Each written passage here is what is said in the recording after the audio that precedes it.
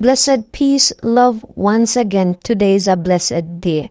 Yes, so we just want to talk about in the past until now, the corruption in politics in the country and how things are operating at this moment. So we're gonna just dive down into some research of some deep information that we need to explain and deliver in just a quick few sentences.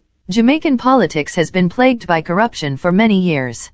Transparency International's Corruption Perceptions Index ranks Jamaica 69 out of 180 countries in terms of perceived corruption, with a score of 44 out of 100, where 0 is highly corrupt and 100 is very clean, in 2020. This indicates that corruption is still a significant issue in the country's political system.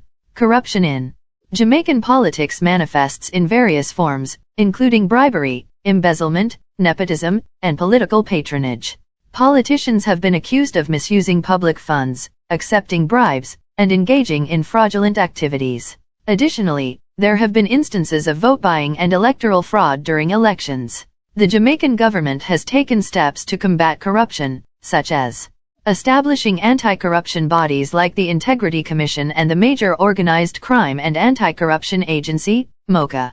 However, the effectiveness of these institutions in curbing corruption is still a matter of debate, as high-profile corruption cases continue to emerge. It is important to note that not all politicians in Jamaica are corrupt, and there are individuals and organizations working towards promoting transparency and accountability in the political system. However, corruption remains a significant challenge that hampers the country's development and undermines public trust in the political process. The government of Jamaica operates under a parliamentary democracy system.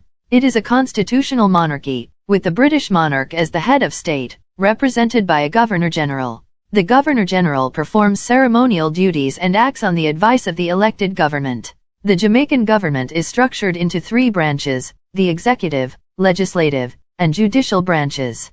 The executive branch is headed by the Prime Minister, who is the head of government. The Prime Minister is typically the leader of the political party that wins the majority of seats in the House of Representatives, the lower house of Parliament. The legislative branch consists of the bicameral parliament, which includes the House of Representatives and the Senate.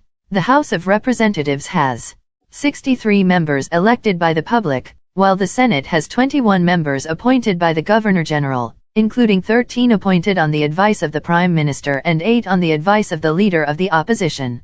The judicial branch is responsible for interpreting and applying the law. The highest court in Jamaica is the Judicial Committee of the Privy Council in the United Kingdom. However, there are ongoing discussions about establishing a Caribbean Court of Justice as the final appellate court for Jamaica. The government of Jamaica is responsible for various functions, including formulating and implementing policies, managing the economy, providing public services, and maintaining law and order. It faces challenges such as crime, corruption, economic inequality, and social issues, and works towards addressing these challenges through legislation, programs, and initiatives. Thanks for watching once again. This is the Brawling Stan channel. Don't forget to like, comment, and subscribe for the latest.